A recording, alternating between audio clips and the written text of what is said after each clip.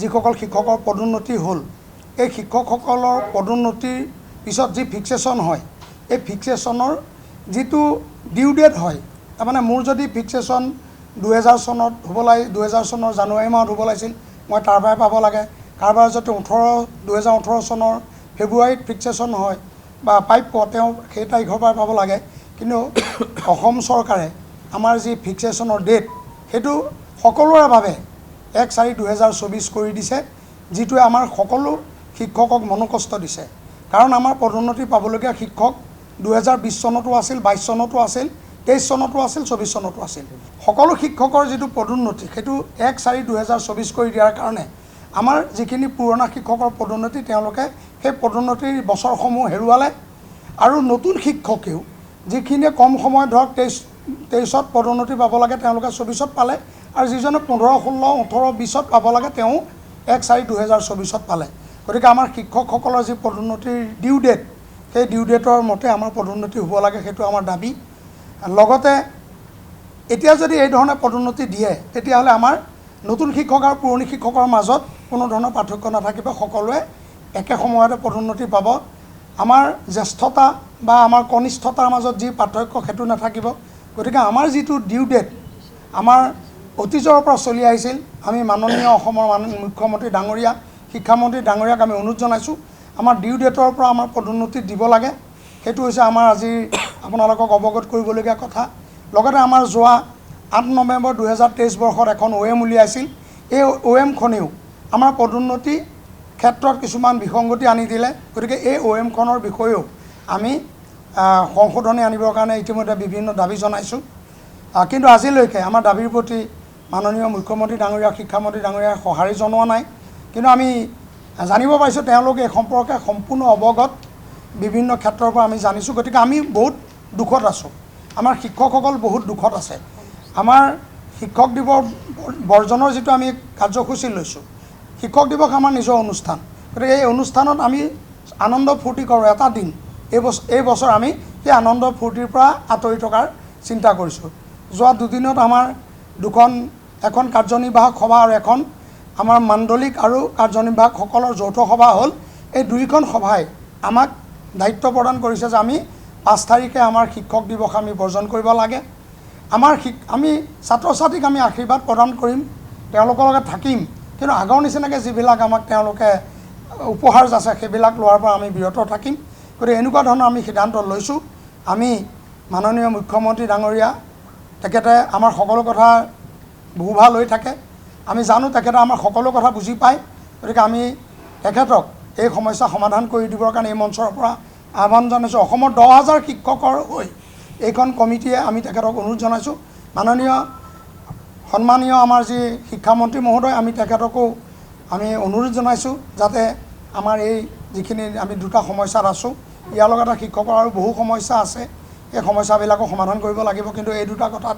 আমি বেছি গুৰুত্ব দি আমাৰ যাতে শিক্ষকসকলৰ মনোকষ্ট তেখেতে আঁতৰ কৰে এই কথাটোত আজি আমি ইয়াত আপোনালোকৰ জৰিয়তে তেখেতসকলক আহ্বান জনাইছোঁ ভাৰতবৰ্ষৰ অন্য অঞ্চলৰ লগত অসমৰ যি উচ্চ শিক্ষাৰ অনুষ্ঠানসমূহ বিশেষকৈ আমাৰ যিবোৰ কলেজ আছে মহাবিদ্যালয় আছে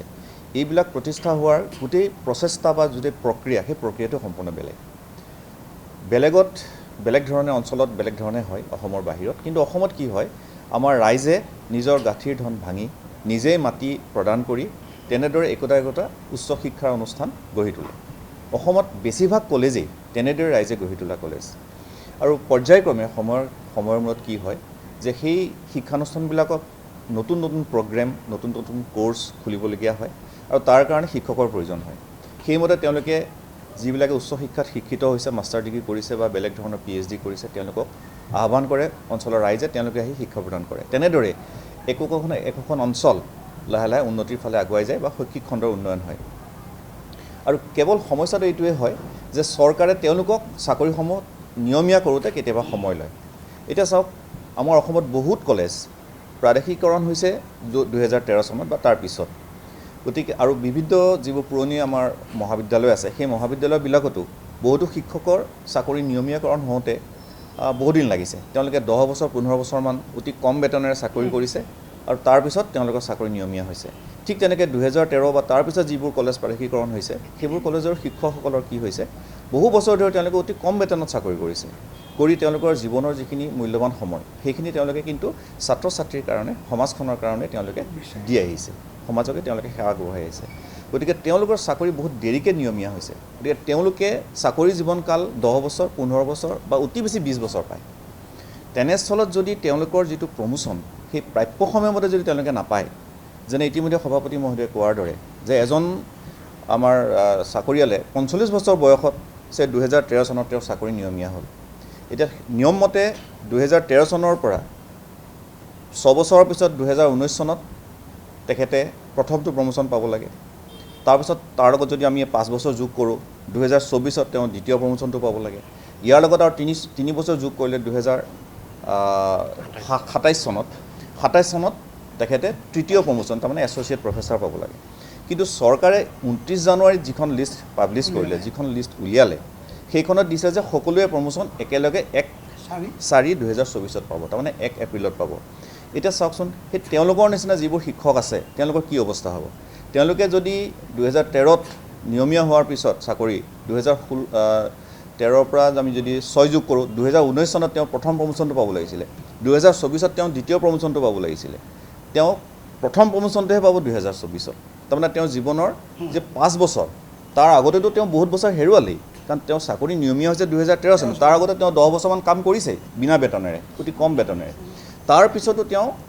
আৰু 5 বছৰ তেওঁ হেৰুৱালে ফলত কি হ'ব তেওঁ ৰিটায়াৰ হৈ যাব কিন্তু জীৱনত যিকেইটা প্ৰমোশ্যন পাব লাগে তেওঁ শিক্ষাখণ্ডলৈ যি সেৱা আগবঢ়ালে তাৰ সেই কাৰণে তেওঁ যিখিনি প্ৰমোশ্যন পাব লাগে সেই প্ৰমোশ্যনকেইটা তেওঁ নাপাব তাৰ পৰা বঞ্চিত হ'ব আৰু চাওক আমাৰ মানুহখিনি এই নতুন মানুহ গোটেইখিনি আছে NPSৰ আওতাত আছে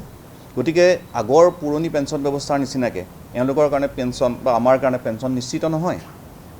গতিকে আমাৰ সেলফ কন্ট্ৰিবিউটৰি হয় NPSৰ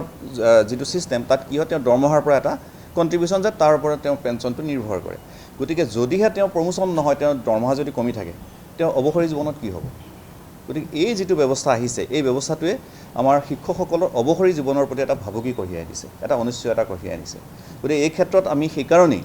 আমি এইখন কাৰ্যনিৰ্বাহক সমিতিয়ে যেতিয়া আমি কাৰ্যভাৰ গ্ৰহণ কৰিলোঁ কাৰ্যভাৰ গ্ৰহণ কৰাৰ পিছত আমি যোৱা 4 মাৰ্চ তাৰিখেই অসম চৰকাৰলৈ এই বিষয়ে আমি এখন মেমৰেণ্ডাম আমি পঠাইছিলোঁ তাৰপিছতো পৰ্যায়ক্ৰমে আমি অসম চৰকাৰৰ উচ্চপদস্থ বিষয়াসকল মাননীয় শিক্ষামন্ত্ৰী ডাঙৰীয়া আৰু তাৰপিছত আমি মুখ্যমন্ত্ৰী ডাঙৰীয়ালৈকো আমি পত্ৰ পঠাইছোঁ যে আমাৰ লগত বহক আহক এই সমস্যাখিনি আমাক সমাধান কৰি দিয়ক আৰু এনেকুৱা নহয় যে তেওঁলোকৰ ফালৰ পৰা কোনো ধৰণৰ যোগাত্মক আমি মন্তব্য বা যোগাত্মক কোনো মনোভাৱ আমি দেখা নাই তেনেকুৱাও নহয় আমাক উচ্চ শিক্ষাৰ যিসকল উচ্চপদস্থ বিষয়া আছে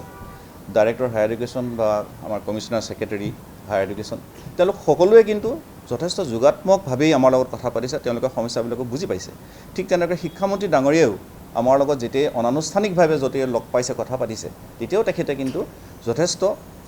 মনোযোগে আমাৰ কথা বতৰাবিলাক শুনিছে কিন্তু আমি বিচাৰিছোঁ যে তেওঁলোকে অনানুষ্ঠানিক নহয় আনুষ্ঠানিকভাৱে আমাৰ লগত বহক আনুষ্ঠানিকভাৱে আমাৰ পৰা আমাৰ কথাখিনি শুনক যে আমাৰ কথাত যুক্তি আছে নে নাই তেওঁলোকে বিচাৰ কৰি চাওক কাৰণ এয়া আমি অতিৰিক্তভাৱে একো বিচৰা নাই এয়া আমাৰ প্ৰাপ্য প্ৰমোশ্যন সময়মতে পোৱাটো এটা প্ৰাপ্য সেইটো আমি অতিৰিক্তভাৱে একো বিচৰা নাই চৰকাৰৰ পৰা আমাৰ যিটো প্ৰাপ্য সেইটোৱে দিয়ক সেই প্ৰাপ্য পালেই আমি সুখী আৰু লগতে আৰু এটা কথা আমি সংগঠনৰ ফালৰ পৰা আমি কৈছোঁ যে যদিহে চৰকাৰে ইয়াত কিবা তেওঁলোকৰ যিটো ফাইনেন্সিয়েল বাৰ্ডেন তাৰ কথা যদি ভাবিছে সেই ক্ষেত্ৰত আমাৰ স্পষ্ট আমি কৈছোঁ যে 1/4/2024ৰ পৰাই যিসকলে যেনেদৰে তেওঁলোকে ছিনিয়ৰিটিটো কাউণ্ট হওক জ্যেষ্ঠতাটো হিচাপ হওক সেই জ্যেষ্ঠতা অনুযায়ী তেওঁলোকে যি দৰমহা পাব সেয়াই পাওক তাৰ আগৰ পইচাৰ কথা বা তাৰ আগৰ যিখিনি এৰিয়াৰৰ কথা সেইটো আমাৰ মানুহে কোৱাই নাই গতিকে আমি সেইখিনি আমি চৰকাৰৰ কাৰণে এই মুহূৰ্তত ছেক্ৰিফাইচ কৰিবলৈ সাজু আছোঁ